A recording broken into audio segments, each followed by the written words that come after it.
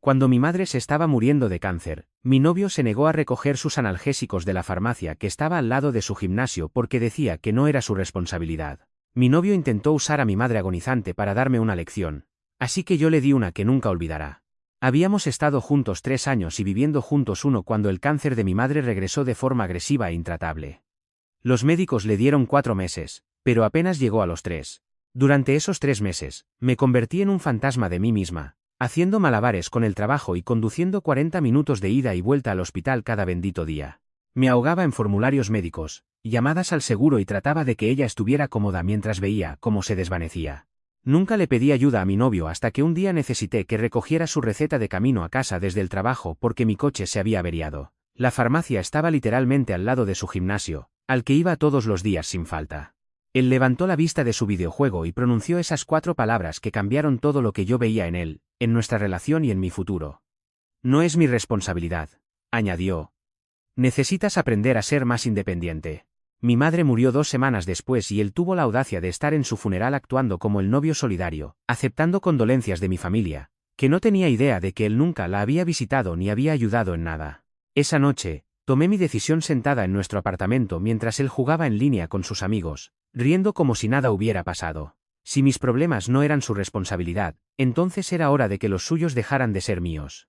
Empecé poco a poco a la mañana siguiente no poniendo su alarma como siempre hacía, porque llegar al trabajo a tiempo no era mi responsabilidad. Se despertó 2 horas tarde, corriendo frenéticamente, preguntando por qué no lo desperté, y yo simplemente me encogí de hombros y seguí bebiendo mi café.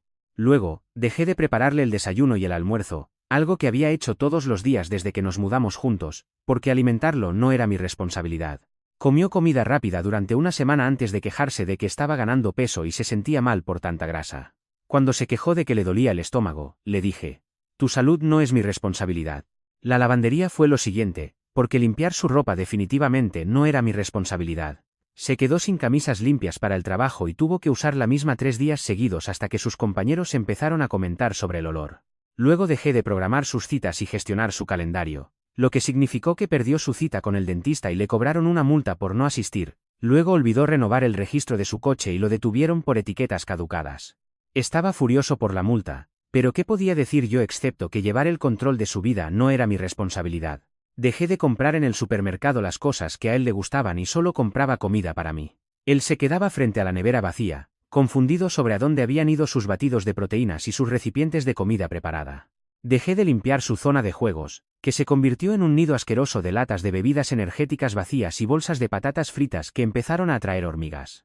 Dejé de recordarle el cumpleaños de su madre y la graduación de su hermano y esa presentación importante en la que había estado trabajando durante semanas. Cada vez que rabiaba sobre cómo yo sabía que esas cosas eran importantes, yo simplemente le recordaba con calma que su familia y su trabajo no eran su responsabilidad. Sus amigos empezaron a notar el cambio porque dejé de organizar nuestra vida social por completo. No más cenas que yo planeaba y cocinaba mientras él se llevaba el mérito. No más recordar los cumpleaños de sus amigos o reservar esos horarios de golf de los que tanto le gustaba presumir. Su vida social se desmoronó en un mes y su mejor amigo incluso me preguntó si teníamos problemas porque yo parecía desconectada, lo que casi me hizo reír considerando que yo había sido la única conectada durante 3 años. Su amigo me apartó en un bar y me dijo: estás siendo muy fría con él últimamente. Y yo respondí: sus sentimientos no son mi responsabilidad. Su trabajo empezó a sufrir porque dejé de revisar sus informes y presentaciones como siempre hacía. Su jefe lo llamó aparte por el descenso de calidad y él llegó a casa estresado y confundido sobre por qué todo se estaba cayendo a pedazos. Intentó hablar conmigo sobre ser un equipo y apoyarnos mutuamente. Y yo le recordé que cuando necesité que él me apoyara durante el momento más difícil de mi vida, él me dijo que no era su responsabilidad, así que yo solo estaba siguiendo su ejemplo. Las cosas se pusieron realmente mal cuando olvidó la enorme presentación de la revisión trimestral porque dejé de poner sus eventos de trabajo en nuestro calendario compartido. Me llamó 15 veces mientras yo estaba en el trabajo, en pánico porque no encontraba sus notas y no recordaba a qué hora era la reunión. No respondió porque su trabajo no era mi responsabilidad. Apenas logró salir del paso, pero su jefe estaba claramente impresionado negativamente y mencionó algo sobre reconsiderar su ascenso. Se desmoró por completo cuando se dio cuenta de que se había olvidado de pagar el alquiler porque yo siempre me encargaba de eso, y sus tarjetas de crédito estaban al límite porque dejé de rastrear sus gastos. De hecho, lloró preguntando cómo pude dejar que las cosas se pusieran tan mal, y le dije: tus finanzas nunca fueron mi responsabilidad. Simplemente asumiste que lo eran. Una mañana, me desperté temprano y empaqué todo lo que poseía mientras él dormía la mona de las 6 cervezas que se había tomado jugando hasta las 3 de la mañana. Miré el calendario en la pared y vi que había aceptado invitar a su jefe y a su esposa a cenar esa noche. No había preparado nada. Cargué mi coche con cajas y me detuve en el umbral del dormitorio, viéndolo dormir en sus sábanas sucias, rodeado por el caos de su vida mal gestionada. El timbre sonó y vi por la mirilla. Era su jefe y la esposa de su jefe, vestidos para la cena, esperando a mi novio, que todavía estaba inconsciente en calzoncillos. Este fue el momento en que tuve que elegir. Podía cubrirlo o ver cómo su vida entera ardía.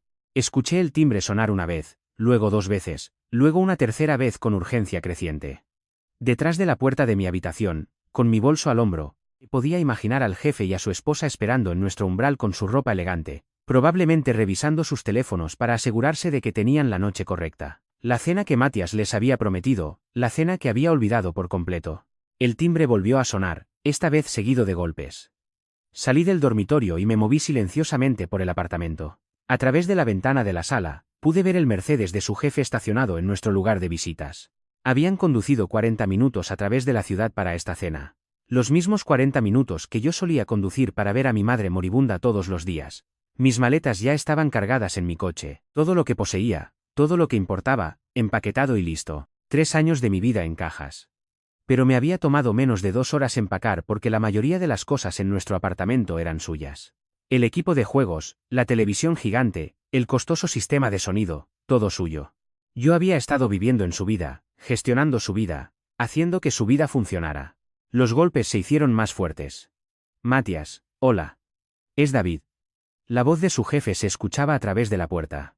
David Chen, el hombre que controlaba la carrera de Matías, parado afuera de nuestro sucio apartamento mientras Matías dormía su resaca en calzoncillos. Agarré mis llaves de la encimera, eché un último vistazo a la zona de desastre que solía ser nuestro hogar y salí por la puerta trasera que daba al garaje. Mientras bajaba las escaleras de concreto, escuché más golpes resonando desde arriba. No se daban por vencidos. David Chen no era un hombre al que le gustara que lo dejaran plantado. Caminando por el garaje, con mis pasos resonando en las paredes, escuché gritos estallar de repente desde la ventana de nuestro apartamento 3 pisos más arriba. La voz era fuerte, enojada, masculina, definitivamente era David. Debieron haber intentado abrir la puerta. Matías nunca la cerraba con llave cuando se desmayaba jugando. Su jefe acababa de entrar en nuestro apartamento y encontró a su empleado estrella inconsciente en calzoncillos, rodeado de latas de cerveza y cajas de pizza. El apartamento apestaba a negligencia y fracaso. ¿Qué diablos es esto? La voz de David retumbó hasta el garaje. Matías, despierta. Pude escuchar una voz de mujer también. La esposa de David, Carla, a quien conocí en la fiesta de Navidad de la empresa el año pasado. Ella había elogiado mi vestido.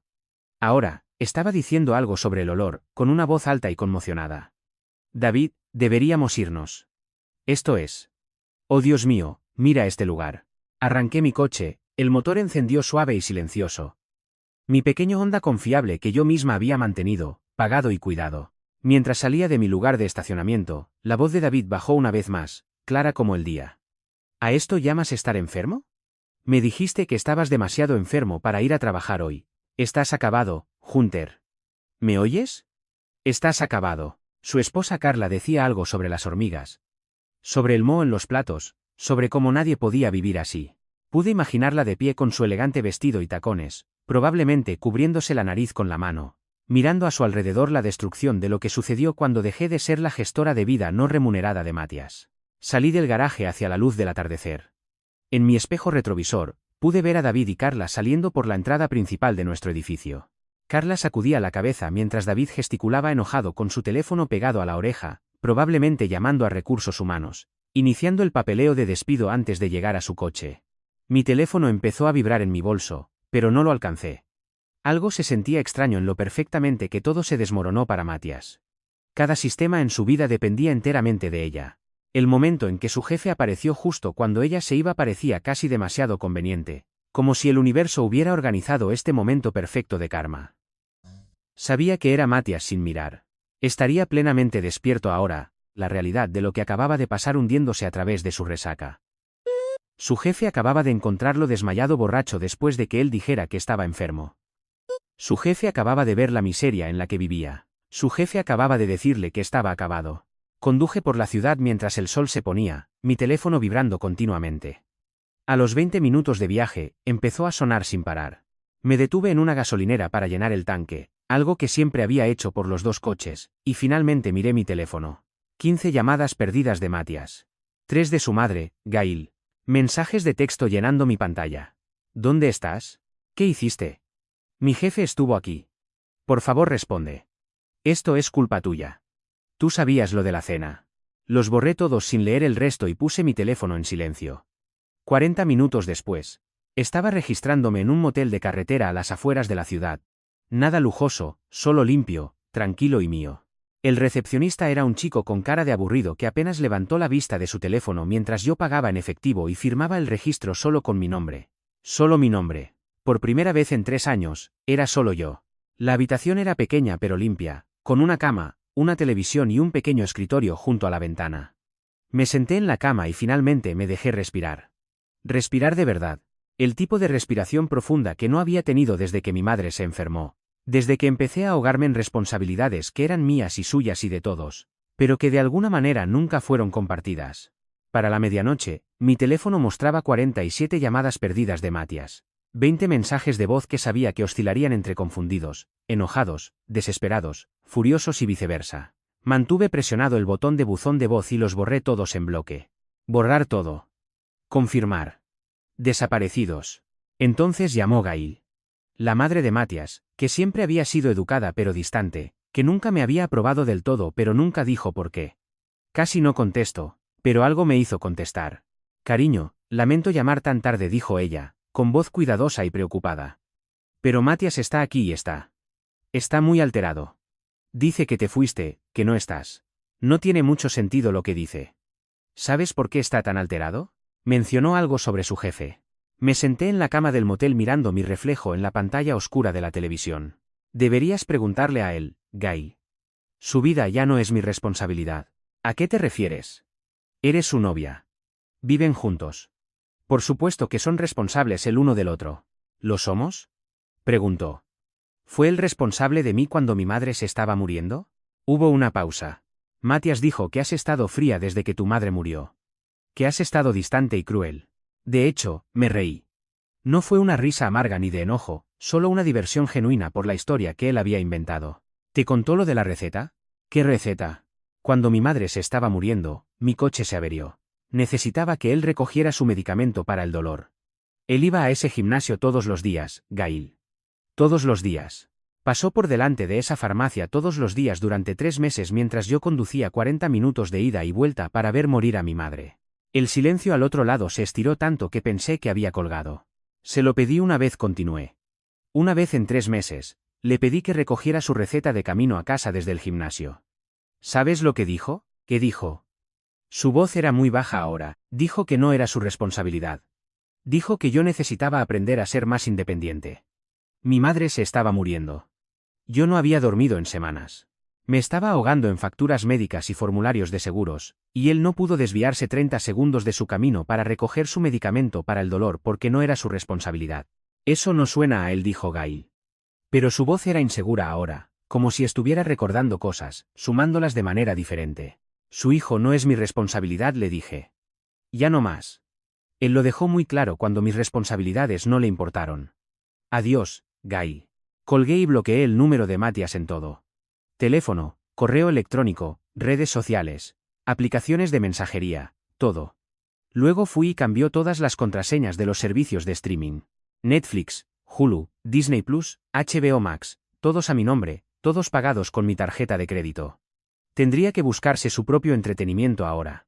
A la mañana siguiente, me desperté renovada por primera vez en meses. Sin alarma que poner para él, sin desayuno que hacer, sin almuerzo que empacar, sin agenda que gestionar.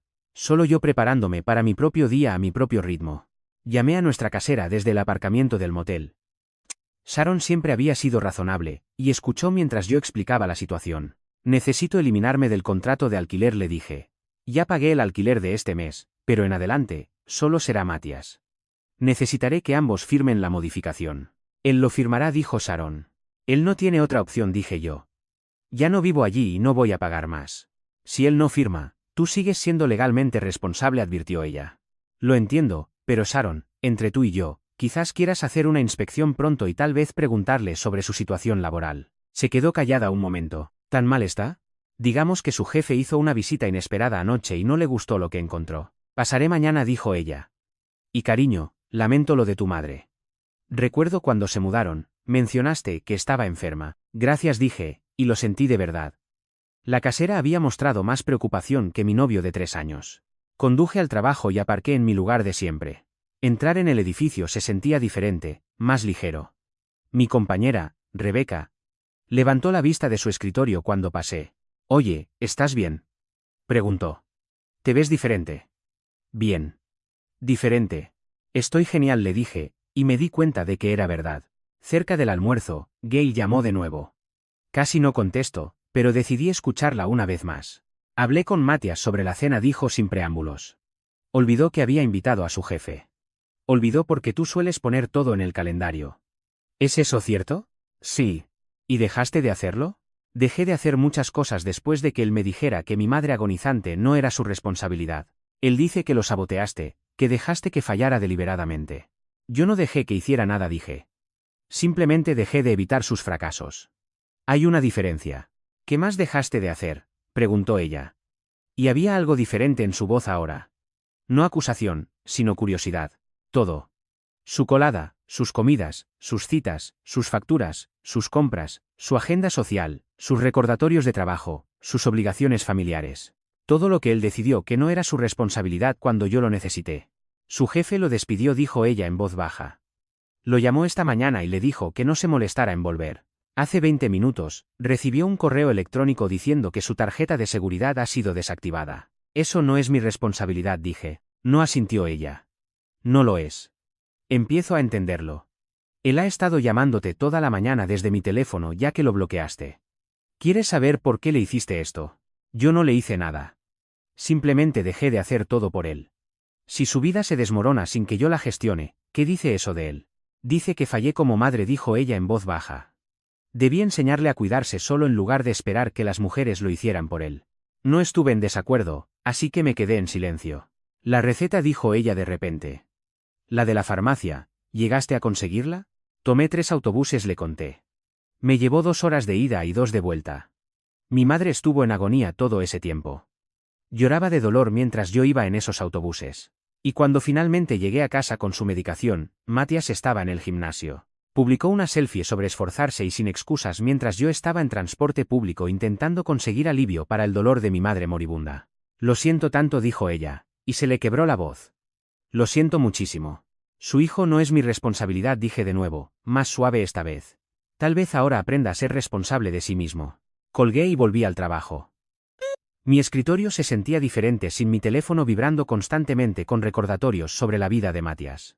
Sin textos sobre qué había para cenar, sin llamadas sobre dónde estaban sus cosas, sin mensajes sobre citas que yo necesitaba programar para él. Solo quietud. Paz. Espacio para pensar en mi propia vida por una vez. Pasaron 3 semanas en esa paz silenciosa antes de que Israel me llamara una tarde de martes al azar. Habíamos estado enviándonos mensajes desde la fiesta donde nos conocimos. Nada serio, solo conversaciones casuales sobre libros, restaurantes y trabajo. Pero esta llamada fue diferente. Oye, sé que es a último minuto, dijo él. Pero acabo de salir de una reunión que se alargó mucho y estoy agotado. ¿Sigue en pie lo de la cena de esta noche? Sí, por supuesto, dije, cambiando mentalmente el restaurante elegante que habíamos planeado por algo más informal. ¿Me odiarías si sugiero algo diferente? Estoy muerto, pero realmente quiero verte. ¿Y si cocino para nosotros en mi casa? Vivo más cerca de tu oficina de todos modos. Me quedé atónita por un segundo. Un hombre que estaba cansado del trabajo no estaba cancelando nuestros planes ni sugiriendo que yo recogiera comida para llevar. Se ofrecía a cocinar. Eso suena perfecto, logré decir. Su apartamento no era nada lujoso, pero estaba limpio y organizado. No una limpieza obsesiva, simplemente una limpieza de adulto normal. Tenía comida real en su frigorífico, no solo cerveza y condimentos. Mientras cocinaba pollo y verduras, me sirvió una copa de vino y hablamos de nuestros días. Mencionaste que tu madre falleció hace poco, dijo mientras removía algo que olía increíble. ¿Cuándo es su cumpleaños? Me gustaría recordarlo si te parece bien. Le dije la fecha, 15 de octubre, y vi cómo sacaba su teléfono en ese mismo momento y lo añadía a su calendario. No pidiéndome que se lo recordara más tarde, no convirtiéndolo en mi trabajo asegurarme de que él lo recordara. simplemente asumiendo la responsabilidad de la información que le importaba a alguien a quien estaba conociendo. Mi padre murió hace 5 años, dijo, pasándome un plato que parecía de restaurante. Cáncer también. Las fechas señaladas son difíciles. Hablamos sobre el duelo durante la cena. Una conversación real sobre cosas reales. Él lavó los platos después sin darle importancia, simplemente empezó a limpiar mientras seguíamos hablando. Cuando me ofrecía ayudar, me pasó un paño de cocina y trabajamos codo con codo como si fuera la cosa más natural del mundo. El 15 de octubre llegó 2 meses después. Habíamos estado saliendo oficialmente durante 6 semanas para entonces, tomando las cosas con calma. Esa mañana, Israel me envió un mensaje. Pienso en ti hoy. ¿Quieres compañía en el cementerio o prefieres ir sola? Me quedé mirando mi teléfono en el aparcamiento del cementerio. Había conducido hasta allí sola, planeando visitar la tumba de mi madre en mi hora de almuerzo como siempre hacía. Pero Israel me ofrecía algo que Matías nunca hizo, la opción de apoyo sin la carga de tener que pedirlo. La compañía sería agradable, respondí. 20 minutos después, su coche se detuvo junto al mío. Traía un pequeño ramo de rosas amarillas, las flores favoritas de mi madre. Se lo había mencionado una vez, tal vez 2, de pasada. ¿Cómo lo recordaste? Preguntó mientras caminábamos hacia su tumba. Lo puse en mi teléfono cuando me lo dijiste, dijo simplemente. Cosas importantes sobre personas importantes. Para eso están los calendarios. Nos quedamos ante su tumba y él no intentó llenar el silencio con lugares comunes vacíos. Simplemente se quedó allí conmigo, con su mano cálida en la mía, mientras yo le contaba a mi madre sobre mi ascenso y mi nuevo apartamento, y sobre este hombre que recordaba cosas sin que se lo pidieran. Le habrías gustado, dije mientras volvíamos a nuestros coches. Me habría gustado conocerla, dijo él. La mujer que crió a alguien tan fuerte como tú debe haber sido increíble. Esa noche, volvió a cocinar la cena. Estábamos cayendo en un patrón en el que alternábamos la cocina, aunque ninguno de los dos lo había discutido explícitamente. Simplemente sucedía de forma natural, como las parejas de verdad resuelven las cosas. 6 meses después de dejar a Matías, me crucé con él en una gasolinera cerca de mi antiguo barrio. Yo estaba dentro pagando cuando lo vi por la ventana, de pie en el surtidor 3 con un uniforme de comida rápida arrugado. El coche que conducía parecía haber visto décadas mejores, el óxido carcomiendo los guardabarros. Cinta adhesiva sosteniendo el parachoques. Estaba contando billetes arrugados, alisándolos uno por uno antes de meterlos en la máquina. Exactamente $5. Lo observé mirar cómo subían los números. Sus hombros se desplomaron de una manera que nunca antes había visto. Así era Matías cuando nadie gestionaba su vida. Me quedé dentro de la tienda, fingiendo mirar revistas hasta que terminó de repostar. Pero en lugar de irse, empezó a caminar hacia la tienda, hacia mí. Nuestros ojos se encontraron a través de la puerta de cristal, y su cara se puso blanca. Luego roja, luego blanca de nuevo. Me volví hacia el mostrador y le pregunté al dependiente sobre los precios del lavado de coches, manteniendo mi espalda hacia la puerta. Cuando Matías entró, pude sentirlo merodeando detrás de mí. Esa presencia familiar que solía significar hogar y que ahora no significaba nada. ¿Puedo ayudarlo?, preguntó el dependiente a alguien detrás de mí. Un paquete de Marlboro, dijo Matías, con una voz más áspera de lo que recordaba. Los rojos. Él no fumaba cuando estábamos juntos.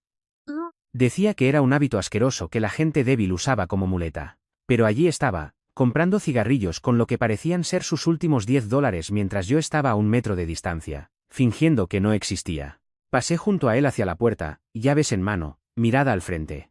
Dijo mi nombre, bajo y desesperado, pero seguí caminando. En el aparcamiento, escuché pasos detrás de mí y caminé más rápido, pulsando el botón de desbloqueo en mi mando cuando todavía estaba a 3 metros de mi coche. Por favor, gritó, solo déjame decir algo. Entré en mi coche, cerré las puertas y arranqué el motor. En mi espejo retrovisor, lo vi parado allí con ese uniforme feo, sosteniendo sus cigarrillos, luciendo exactamente como lo que era. Un hombre que había tirado todo lo bueno de su vida porque no podía molestarse en preocuparse por nadie más que por sí mismo. 2 semanas después, llegó un sobre grueso a mi nuevo apartamento. El remitente era la casa de los padres de Matías, pero la letra era la suya. La reconocí de todas las notas que solía dejarle, las listas de la compra que yo escribía, los recordatorios del calendario que pegaba en nuestro frigorífico. Sostuve el sobre durante un largo momento, sintiendo su peso. Fuera lo que había dentro, era sustancial. Una disculpa, una explicación, un intento desesperado de reescribir la historia. Caminé hacia el cubo de la basura de la cocina y lo tiré sin abrirlo. Sus palabras, sus sentimientos, su necesidad de ser escuchado. Nada de eso era ya mi responsabilidad. Ese fin de semana, Gail me envió un mensaje por Facebook. La había eliminado de mis amigos hacía meses, pero aparentemente todavía podía enviar mensajes. Matías está en terapia ahora, escribió. El terapeuta lo está ayudando a entender cuánto hiciste tú en realidad. Hizo una lista de todo lo que tú manejabas y tenía 3 páginas. No puede creer que una sola persona gestionara todo eso. No respondí. ¿Qué había que decir? Que yo tampoco podía creerlo. Mirando atrás, me daba cuenta de que me había estado ahogando durante 3 años y él nunca me lanzó un salvavidas. Que tuvo que perderlo todo para entender lo que tenía. Mi terapeuta y yo hablamos de ello durante nuestra siguiente sesión. La doctora Adams me había estado ayudando a procesar no solo la muerte de mi madre, sino el trauma secundario de pasar por ello sola. ¿Te sientes culpable? Me hizo la misma pregunta que me había estado haciendo durante meses. No dije, y por primera vez, lo sentía de verdad. No siento nada más que alivio. Su vida es finalmente tan dura como lo fue la mía. En realidad, no, su vida es dura de una manera diferente. Yo gestionaba 2 vidas mientras lloraba a mi madre. Él solo gestiona una vida, la suya, y ni siquiera puede hacer eso. Eso no es ser vengativa, dijo la doctora Adams cuando me preocupé por sonar cruel. Es ser observadora. Estás observando las consecuencias naturales de sus elecciones. Antoine me envió un mensaje el mes siguiente sobre algo que no esperaba. Oye, sé que las cosas están raras entre tú y Matías, pero pensé que deberías saber que se perdió la graduación de su hermano otra vez. Jake se graduó de la Facultad de Derecho y Matías se olvidó a pesar de que vive literalmente en casa con sus padres. Gail está fuera de sí. Recordé la graduación de pregrado de Jake hace 3 años. Yo lo había puesto en nuestro calendario, compré una tarjeta, se lo recordé a Matías todos los días durante una semana. Llegamos a tiempo. Matías se atribuyó el mérito de haberlo recordado, y su familia lo elogiaba por ser un hermano tan atento. Es triste, le respondía Antoine. Porque lo era. Jake era un buen chico que siempre había sido amable conmigo. Pero la incapacidad de su hermano para recordar fechas importantes ya no era mi problema a resolver. Israel y yo llevábamos 8 meses juntos cuando decidimos mudarnos juntos. La conversación surgió de forma natural durante un desayuno de domingo. Ambos leíamos el periódico en la mesa de su cocina. Mi contrato de alquiler termina en 2 meses, dijo él, levantando la vista de la sección inmobiliaria. El mío es mes a mes, dije yo. ¿Quieres buscar un lugar juntos? Preguntó.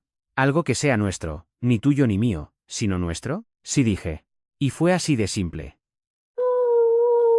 Sin manipulación, sin suposiciones, sin que una persona tomara todas las decisiones mientras la otra se dejaba llevar. Pasamos los siguientes 3 fines de semana buscando apartamentos, e Israel hizo hojas de cálculo comparando precios, ubicaciones y servicios. Él programó la mitad de las visitas. Yo programó la otra mitad. Cuando encontramos el lugar perfecto, 2 dormitorios con buena luz y una cocina lo suficientemente grande como para que 2 personas cocinaran juntas, ambos rellenamos la solicitud. Ambos nombres en el contrato. Ambas comprobaciones de crédito. Ambos responsables. El día que nos mudamos, Israel apareció con una pizarra blanca para la cocina. Pensé que podíamos hacer un cuadro de tareas, dijo casi tímido. No porque piense que no harás tu parte ni nada de eso. Solo para que ambos sepamos qué hay que hacer y ninguno de los dos acabe haciéndolo todo. Lo besé allí mismo en nuestra nueva cocina rodeada de cajas porque él entendía algo fundamental que Matías nunca entendió. El compañerismo significaba compartir la carga, no descargarla toda sobre una persona. Dividimos todo a partes iguales, no solo las tareas domésticas, sino también el trabajo emocional. Él llamaba a su familia. Yo llamaba a la mía. Él recordaba los cumpleaños de sus amigos. Yo recordaba los míos. Cuando su madre se enfermó aquel invierno, él se tomó tiempo libre en el trabajo para ayudarla, y yo lo apoyé sin tomar el control. Cuando mi coche necesitó reparaciones, él me llevó al trabajo, pero yo gestioné el mecánico y el seguro. Un año después de dejar a Matías, casi al día, Gail envió otro mensaje. Este era diferente de sus actualizaciones habituales sobre las luchas de Matías. Está saliendo con alguien nuevo, escribió. Una chica de su grupo de terapia. Tiene 22 años y habla de cuánto le gusta cuidar de él. Quiero advertirle, pero sé que no me escuchará. Yo no escuché cuando la madre de su padre intentó advertirme hace 30 años. Miré el perfil de Facebook de la chica porque soy humana y curiosa. Se veía joven, entusiasta y ya agotada. Publicaba fotos de comidas elaboradas que había cocinado para él con leyendas sobre cuidar a mi hombre y el amor es poner a la otra persona primero. Me sentí mal por ella, esta chica que estaba a punto de perder años de su vida gestionando la de otra persona. Pero Gail tenía razón. No escucharía advertencias. Yo tampoco habría escuchado. En aquel entonces, yo pensaba que el amor significaba sacrificio y que una relación significaba que una persona daba mientras la otra recibía. Israel me encontró mirando su perfil y me preguntó si estaba bien. Estoy genial, dije, cerrando el portátil. Solo viendo cómo se repite la historia. ¿Quieres hablar de ello?, preguntó él. No realmente, dije. ¿Quieres que cocinemos la cena juntos? Hicimos pasta desde cero esa noche. Él mezclando la masa mientras yo hacía la salsa. Moviéndonos el uno alrededor del otro en nuestra cocina como bailarines que conocían todos los pasos. Así era el compañerismo. No una persona haciendo todo mientras la otra afirmaba que estaba ayudando simplemente por existir en el mismo espacio. Israel me propuso matrimonio 6 meses después en el restaurante donde tuvimos nuestra primera cita oficial. Lo había planeado todo a la perfección. Revisó mi horario de trabajo para asegurarse de que no tuviera presentaciones importantes al día siguiente, invitó a mis amigos más cercanos, hizo la reserva a la hora adecuada para que la iluminación fuera buena para las fotos. Incluso había llamado a mi amiga diseñadora de joyas en secreto para averiguar mi talla de anillo y mis preferencias de estilo. Quiero construir una vida contigo, dijo de rodillas mientras nuestros amigos grababan y lloraban. Una vida real donde ambos estemos presentes el uno para el otro. Dije que sí, obviamente. No porque hubiera planeado la propuesta perfecta, sino porque había demostrado cada día que entendía lo que significaba ser una pareja. Planear la boda fue sorprendentemente fácil porque Israel participó de verdad. Él investigó lugares mientras yo buscaba catering. Él se encargó de la música mientras yo me encargaba de las flores. Cuando su madre tuvo opiniones sobre la lista de invitados, él se encargó de ella. Cuando mi tía empezó con dramas sobre la disposición de los asientos, yo lo manejé. Esto es raro, dijo mi amiga casada, Hila, cuando fuimos a comprar el vestido. ¿Dónde está el estrés? ¿Dónde está el novio que no le importan los colores de las servilletas y te deja todo a ti? Saliendo con alguien que actúa como un adulto, dije yo, subiendo la cremelera de un vestido que me hacía parecer una sirena. Un concepto revolucionario. Le envié a Gail una invitación de boda por cortesía, aunque sabía que no vendría. Respondió con un cortés rechazo y una nota. Matías vio el anuncio en Facebook. Se pasó todo el día bebiendo solo en su habitación de la infancia. Me alegra que hayas encontrado a alguien que te merece. La boda salió perfecta. Todo dividido a la mitad como debe ser. Mi nueva suegra, Carla, me apartó durante la recepción mientras Israel bailaba con su abuela. Me enteré de tu relación anterior, dijo, apretando mi mano. Mi hermana pasó por algo parecido. Su ex ni siquiera recordaba alimentarse solo sin que ella lo hiciera. Es diferente con Israel, le dije, viéndolo girar a su abuela con cuidado, asegurándose de que no perdiera el equilibrio. Lo sé, dijo Carla. Lo crié para ser un compañero, no un proyecto. Su padre y yo también nos dividimos todo. Todavía lo hacemos 40 años después. Me abrazó entonces. Un abrazo cálido y genuino que se sentía como aceptación y comprensión en uno solo. Gracias a Dios que conocías tu valor, me susurró al oído. Tantas mujeres nunca llegan a descubrirlo. Las palabras se quedaron conmigo durante nuestra luna de miel. Al instalarnos en la vida matrimonial, en los momentos de silencio cuando recordaba lo diferente que solía ser todo. Pasaron 2 años en lo que parecieron minutos. 2 años de responsabilidades compartidas, respeto mutuo, una relación real. Me habían ascendido 2 veces, empecé a dirigir mi propio equipo, compré un coche que yo misma elegí y pagué. La mujer que solía poner las alarmas de Matías se sentía como un personaje de la historia de otra persona. Alguien de quien había oído hablar una vez pero a quien nunca había conocido de verdad. Estaba en un Whole Foods un sábado por la mañana, con Israel en casa preparándose para una cena que íbamos a organizar juntos. Él encargándose del plato principal mientras yo compraba aperitivos y vino. La tienda estaba abarrotada de compradores de fin de semana, parejas y familias. Fue entonces cuando los vi. Esta pareja que me hizo detenerme mientras buscaba un trozo de queso. Ella parecía tener unos 25 años, guapa pero agotada de esa forma profunda que yo reconocía de mis espejos de hace 3 años. Ella empujaba el carrito, revisando una lista, agarrando artículos con eficiencia practicada, mientras su novio, un tipo de unos 30 años con una camiseta de fútbol, la seguía detrás jugando a algún juego en su teléfono. Los efectos de sonido eran lo suficientemente fuertes como para que otros compradores lo miraran mal. Cariño, ¿compraste mis proteínas?, preguntó él sin levantar la vista. No está en la lista, dijo ella, sonando ya derrotada.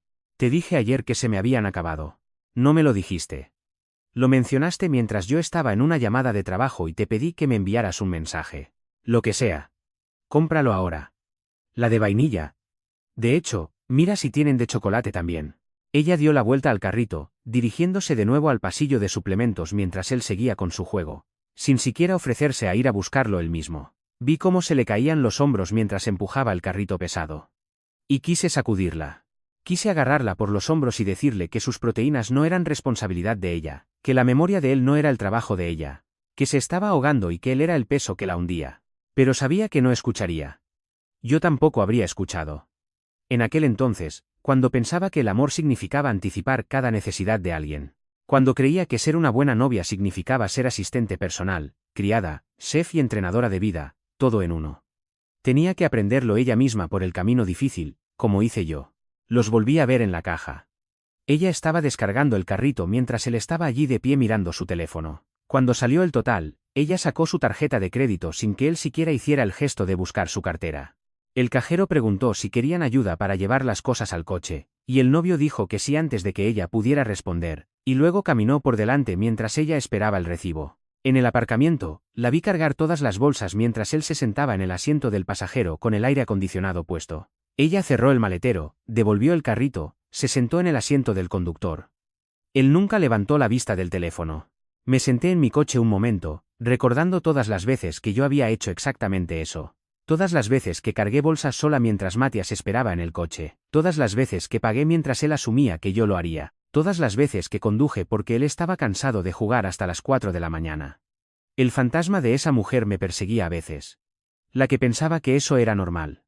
Que eso era amor. Que eso era simplemente lo que hacían las novias. Mi teléfono vibró con un mensaje de Israel. Oye, estoy en la tienda comprando flores para esta noche. ¿Quieres que traiga algo más mientras estoy aquí? El contraste me golpeó como agua fría.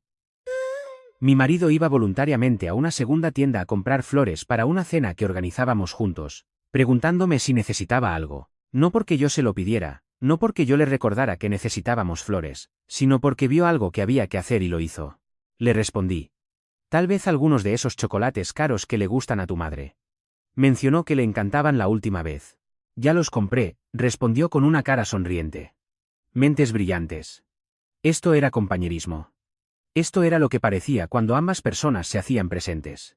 Aquella noche, nuestra cena salió a la perfección. Israel y yo nos movíamos por nuestra cocina como si lleváramos décadas haciendo este baile. Él emplatando su salmón perfectamente cocinado mientras yo preparaba los aperitivos. Nuestros amigos Sila y James llegaron primero, luego Miguel y su nueva novia, luego el primo de Israel, David, con su marido. Ustedes dos hacen que esto parezca tan fácil, dijo Hila, viéndonos trabajar. ¿Te acuerdas de cuando estabas con cómo se llamara y lo hacías todo tú sola? Matías, dije yo, rellenando las copas de vino. Y sí, lo recuerdo. ¿Qué fue de él?, preguntó James. Desapareció de las redes sociales. Lo último que supe es que vivía con sus padres, dije, manteniendo la voz neutral. Trabajando en alguna tienda, creo. La novia de Miguel, que no conocía la historia, preguntó inocentemente. ¿Estuvieron mucho tiempo juntos? 3 años, dije. 3 años de más. Israel apareció a mi lado en el momento justo, dándome un beso en la sien. ¿Todo bien? Perfecto, le dije, y era verdad. La conversación pasó a otros temas. Trabajo, planes de vacaciones, el nuevo restaurante del centro que todos querían probar. Pero Hila me apartó más tarde mientras los chicos debatían algo de fútbol. ¿Te ves feliz?, dijo ella. Feliz de verdad. No fingiendo que todo está bien. Feliz. Lo soy, dije. Es increíble lo que sucede cuando estás con alguien que actúa como un adulto. Todavía no puedo creer que ese tipo no fuera capaz de recoger la receta de tu madre, dijo ella, sacudiendo la cabeza. Cuando me contaste esa historia, quise rayarle el coche. Fue lo mejor que pudo haber pasado, dije, sorprendiéndome de lo mucho que lo sentía. Si me hubiera ayudado solo esa vez, tal vez me habría quedado. Podría haber pasado toda mi vida gestionando la suya. Hila levantó su copa. Por las balas esquivadas. Por las balas esquivadas, asentí, brindando con ella. Más tarde esa noche, después de que todos se hubieran ido y hubiéramos limpiado juntos, Israel lavando los platos mientras yo los secaba y guardaba. Nos sentamos en nuestro sofá con el vino que había sobrado, disfrutando del silencio. Tus amigos son geniales, dijo él. Me alegra que les caiga bien. Te adoran, le dije. Hila sobre todo. Dice que has restaurado su fe en los hombres. Él se rió. El listón estaba bastante bajo después de tu ex. Bajo tierra, asentí. El listón estaba bajo tierra. ¿Alguna vez te preguntas qué habría pasado si él hubiera sido diferente?, preguntó Israel. Si te hubiera ayudado con lo de tu madre. Lo pensé, lo consideré de verdad por primera vez en meses. Probablemente todavía estaría poniéndole las alarmas, dije. Todavía preparándole los almuerzos, gestionando su calendario. Viviendo su vida en lugar de la mía. Él se lo pierde, dijo Israel, acercándome a él. Él se lo pierde, estuve de acuerdo. Pero ya no se trataba de ganar o perder. Se trataba de la vida que había construido después de alejarme de alguien que pensaba que yo existía para servirle. Se trataba del compañero que había encontrado y que entendía que las relaciones significaban que ambas personas se hacían cargo. Se trataba de convertirme en alguien que conocía su valor y no aceptaría menos. Pensé en esa mujer en el supermercado cargando bolsas mientras su novio jugaba con el teléfono. En algún lugar, ella probablemente estaría poniendo la alarma de él para mañana por la mañana, preparando sus almuerzos para la semana, revisando su calendario para asegurarse de que no se perdiera nada importante. Ella se estaba ahogando igual que yo, convencida de que así era el amor. Tal vez algún día algo la despertara. Tal vez él se negaría a ayudar cuando ella más lo necesitara. Tal vez se daría cuenta de que estaba viviendo la vida de él en lugar de la suya. Tal vez aprendería lo que yo aprendí, que la vida de él no era responsabilidad de ella. O tal vez no. Tal vez pasaría años, décadas incluso, gestionando la existencia de otra persona mientras sus propios sueños se llenaban de polvo. No todo el mundo recibe la llamada de atención. No todo el mundo aprende a alejarse. Me di cuenta entonces de que ya no odiaba a Matías. Me era indiferente. La indiferencia total es la venganza más poderosa de todas. Él fue solo una lección que aprendí, un cuento con moraleja, un recordatorio de lo que nunca volvería a aceptar. Existía en mi pasado como un mal sueño del que apenas puedes recordar los detalles una vez que estás completamente despierta. La última vez que pensé en él con algún enfoque real fue casi un año después, cuando Gail me envió un último mensaje por Facebook. Casi no lo abro, pero ganó la curiosidad. Se va a casar, escribió, con una chica que me recuerda a ti hace 3 años. Ella hace todo por él. Intenté advertirle, pero ella piensa que no entiendo su amor. Quería que supieras que tenías razón en todo. Su vida no era tu responsabilidad. Solo desearía haberle enseñado eso antes. No respondí. No había nada que decir. Algunas lecciones solo se aprenden por el camino difícil, y Matías nunca aprendería la suya porque siempre habría otra mujer dispuesta a ser su madre, su criada, su asistente personal, otra mujer que confundiera la servidumbre con el amor. Borré el mensaje y volví a mi vida real. No a la de otra persona que yo estuviera gestionando. Israel y yo estábamos planeando un viaje a Europa, algo que ambos habíamos investigado y para lo que habíamos ahorrado juntos. Mi equipo en el trabajo acababa de conseguir un cliente enorme. Estaba entrenando para una media maratón. Estaba viviendo de verdad, no solo existiendo como el sistema de apoyo de alguien. La mujer que solía poner las alarmas de Matías se había ido. En su lugar estaba alguien que entendía una verdad fundamental que había tardado demasiado en aprender. La única vida de la que eres responsable es la tuya. Y una vez que entiendes eso, lo entiendes de verdad, eres libre. Una mañana, la alarma de Israel no sonó. Su teléfono se había apagado durante la noche porque se había olvidado de enchufarlo. Se despertó una hora tarde, con pánico por una presentación que tenía esa mañana. ¿Por qué no me despertaste?, preguntó, corriendo por nuestra habitación. No sabía que tu alarma no había sonado, dije. Estaba en la ducha. Se detuvo un segundo y luego se rió. Cierto, mi alarma. Mi responsabilidad. Lo siento, eso fue injusto. ¿Ayudarás con la presentación? No, llamaré a mi jefe desde el coche. Explicaré lo que pasó. Es mi culpa por no cargar el teléfono. Me dio un beso de despedida y salió corriendo. Esa noche, volvió a casa con flores y comida de mi restaurante tailandés favorito. Por ser un idiota esta mañana, dijo. Estaba estresado y lo pagué contigo. No fuiste un idiota, dije. Hiciste una pregunta e inmediatamente reconociste que era injusta. Aún así, dijo él. Tú no eres mi despertador. No asentí, aceptando el pad thai agradecida. No lo soy. Y puso 2 alarmas para la mañana siguiente y compró una estación de carga para su mesita de noche ese fin de semana. Porque eso es lo que hacen los adultos. Resuelven sus propios problemas en lugar de convertirlos en responsabilidad de otra persona.